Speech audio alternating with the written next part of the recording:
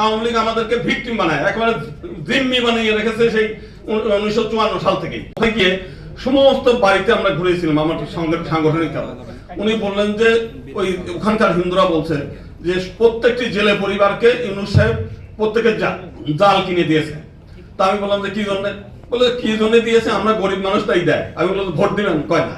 তাহলে তো ভোট দেবেন না। দেখেন, ভোটের আশা ত্যাগ করে তারা কিন্তু ভোটের আশা কিংবা প্রতিশ্রুতি যে আমরা ভোট পাবো সেইভাবে কিংবা দেন আমাদের ভোট দেন, আমরা ক্ষমতায় গিয়ে আপনাদের সেবা করব, সেইটা না।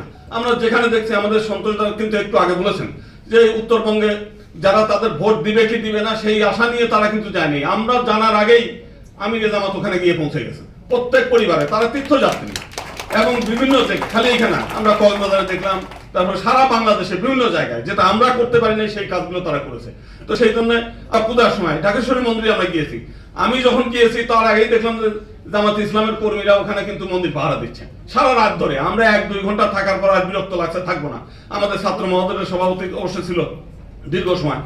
তো আমরা দেখেছি সেই তো এটা আমরা প্রচলিত ধারার রাজনীতির বাইরে একটি চাই, যেটা হচ্ছে জনগণের প্রকৃত অর্থে সেবা করা, জনগণের কল্যাণে তারা কাজ করে। ক্ষমতা পাওয়া বা না পাওয়ার কোনো আশা আমরা দেখি নাই। এটা দীর্ঘদিনের একটা পরীক্ষিত একটা দল।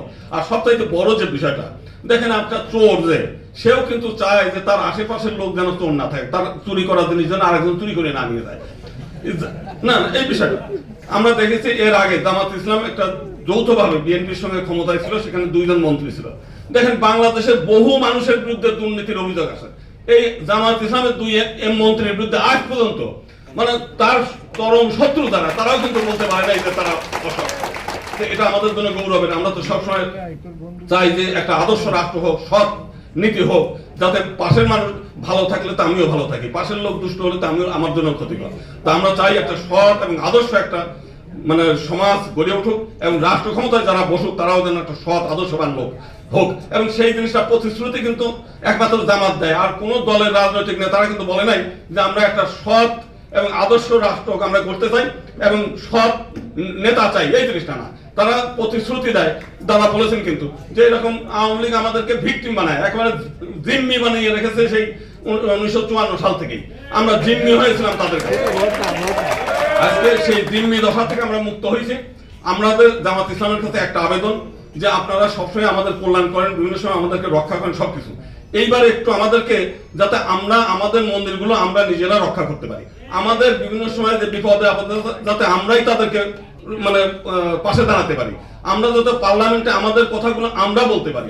সমস্ত বাংলাদেশের যেন সমস্ত জায়গায় নেতা যেন হিন্দুদের থেকে, বৌদ্ধদের থেকে, খ্রিস্টান থেকে তাদের নেতা তারা যেন নির্বাচন করতে পারে।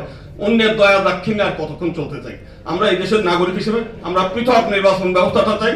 জাতীয় সংসদ সহ সর্বক্ষেত্রে সংরক্ষিত আসনের ব্যবস্থা করা হোক। এবং এইটা করলে হবে কি যে সকল সম্প্রদায়ের প্রতিনিধিত্ব নিশ্চিত হবে, তারা পার্লামেন্টে তাদের কথাগুলো তারা বলবে।